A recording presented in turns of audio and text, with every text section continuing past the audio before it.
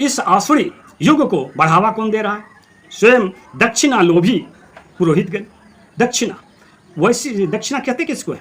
दक्षिणा तो एक तो धन को भी कहा जाता है, यज्ञ कार्य में हमको दक्षिणा दी। वास्तव में दक्षिणा लेने की जो प्रथा है यही गलत है।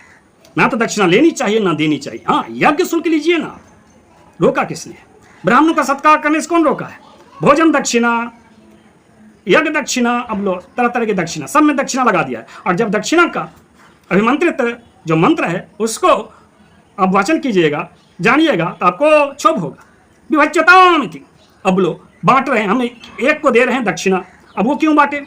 विचार करने योग्य थे। हम आपको धन दिए दक्षिणा के रूप में और आप मंत्र पढ़ रहे हैं कि विभज्यताम, अब लो आप अब उस दक्षिणा को बांटे। अब कैसे बांटे? वो तो धन है, वो आप भी बांटिएगा ना। कहने का मतलब वो पहले से बटा हुआ है। आध्यात्मिक दृष्टिकोण से देखें तो क्या बटा हुआ है? तो दक्षिणा का तात्पर्य होता है स्त्री भी, वह स्त्री जो अपने पति के अलावा अन्य को भी मन ही मन चाहती है, कामना रखती है, मन में कुछ और है, मन में किसी अन्य पुरुष की रूप लावण्य या फिर शौर्य किसी प्रकार की भावना से ग्रसित रहती है, अपने पति में उसको देखती है। और ब्राह्मण उसी का प्रतिनिधित्व कर रहा था, पुरोहित उसी का प्रतिनिधित्व कर रहा था। यजमान का एक तरह से कोई वास्तविक पति जो हुआ, वास्तविक यजमानी का जो वास्तविक पति हुआ पुरोहित हुआ। व्यवहारिक पति तो पुरोहित ही है।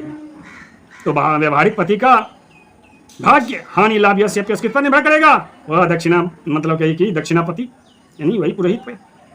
तो अब सोचिए किस प्रकार से धर्म क्षेत्र में ही एकाधिक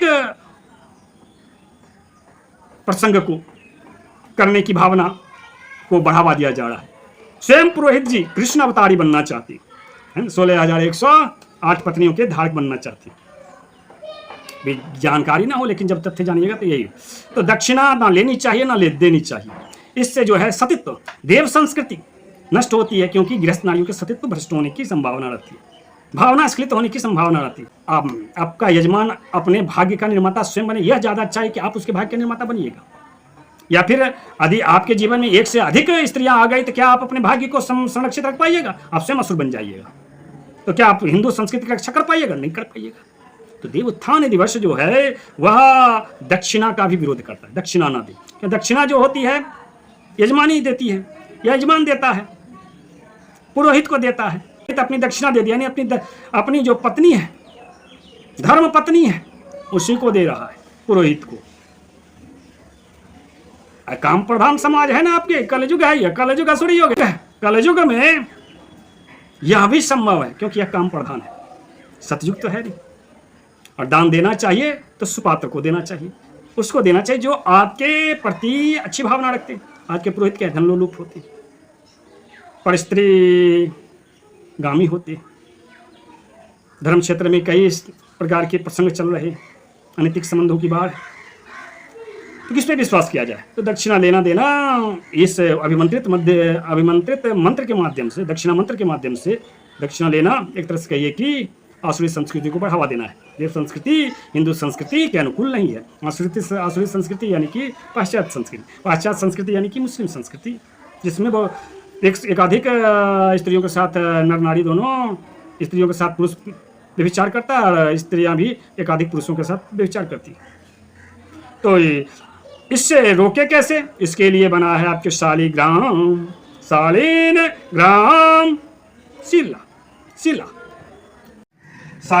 शिला की पूजा आपके भगवान श्री विष्णु के प्रतिरूप के रूप में की जाती है। वास्तव में ये जो शालिग्राम शिला संबोधन है, इसका मूल संबोधन, आदि युगीन संबोधन शालीन ग्राम शिल होना चाहिए। शिल का ही अपभ्रंश आपकी शिला है, शालीन ग्राम का अपभ्रंश साल ग्राम है। शालीन ग्राम छोटी इकार है, वो आपकी लुप्त हो जाती है। तो शालीन ग्राम का तात्पर्य हुआ सभ्य, स्वीकृत यानी ग्राम यानी स्वीकृत, और शिल यानी संस्कार। जो संस्कार भगवान श्री विष्णु का, नारायण का हम लोग स्वीकारें, जो सभ्य सुसंस्कृत और संस्कारवान है, संस्कार को स्वीकार कीजिए। किसका? भगवान विष्णु का। सब संस्कार क्या है? भगवान राम का स्वरूप को स्वीकार कीजिए, अन्यथा व्यभिचारी बनिएगा तो असुरी संस्कृति आई। असुरी संस्कृति हिंदू संस्कृति विरुद्ध है। फिर आप चिल्लाते रहिए कि हिंदू संस्कृति का नाश हो रहा है, अमुक धर्म प्रतिष्ठापित हो रही। वास्तव में कहते हैं ना कि जो जैसा बीज बोया बबूल का ताम कहाँ से खाऊं।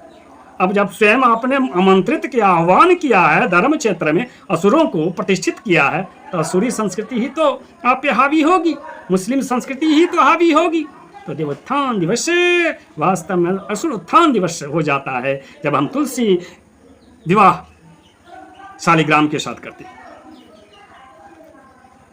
इस आध्यात्मिक ज्ञान को भूलकर कि वास्तविक लीला क्या है, व्यवहारिक लीला क्या है, और हमें अपने पति को, यदि स्त्री है तो अपने पति को ही वास्तविक पति बनाना चाहिए, आध्यात्मिक पति के रूप में बनाना चाहिए। इसके लिए हमको अपने पति को ही गुरु मानना पड़ेगा, उसी के संस्कार, शील संस्कार के अनुरूप चलना पड़ेगा, किसी के प्रति आकर्षित नहीं होना होगा। और पुरुष को भी अपने स्त्री के प्रति निष्ठावान होना रहना पड़ेगा, भगवान शिव की तरह। अन्यथा जो निष्ठावान पति पत्नी हैं वह आपके ऊपर हावी हो जाएंगे, जिसे आप शिव और पार्वती के रूप में जानते हो, और आपका पति जलंधर के रूप में हतभाग होगा और आप वृंदा के रूप में नष्ट हो जाइएगा। क्यों? आपको बचाने के लिए वो गुरु नहीं आएंगे जिन्हें आप वासनात्मक दृष्टिकोण से देखते हो, जिसे आप श्री विष्णु के अवतार मानते हो या विष्णु मानते हो, कृष्ण मानते हो। भोग वो आपका सतीत्व नष्ट होते ही वो असुर हो जाएंगे, क्योंकि भगवान तो देवता भी हैं, असुर भी है। असुरी भाव के रूप में पूजिएगा तो असुर बन करके बलात्कार भी करेंगे और आपको विधवा भी बना देंगे, है ना। भगवान को देवता के रूप में भजिए, भगवान श्री विष्णु को उत्तम संस्कारों का अध्ययन मंथन कीजिए, चिंतन कीजिए, और अपने पति को ही गुरु बनाइए, और भगवान के प्रति वासनात्मक भाव मत रखिए। जय जय श्याम। तुलसी विवाह और देवोत्थान दिवस इसी उपलक्ष्य में मनाया जाता है। आप लोग सभी को देव प्रबोधिनी दिवस, देवोत्थान दिवस की हार्दिक शुभकामना।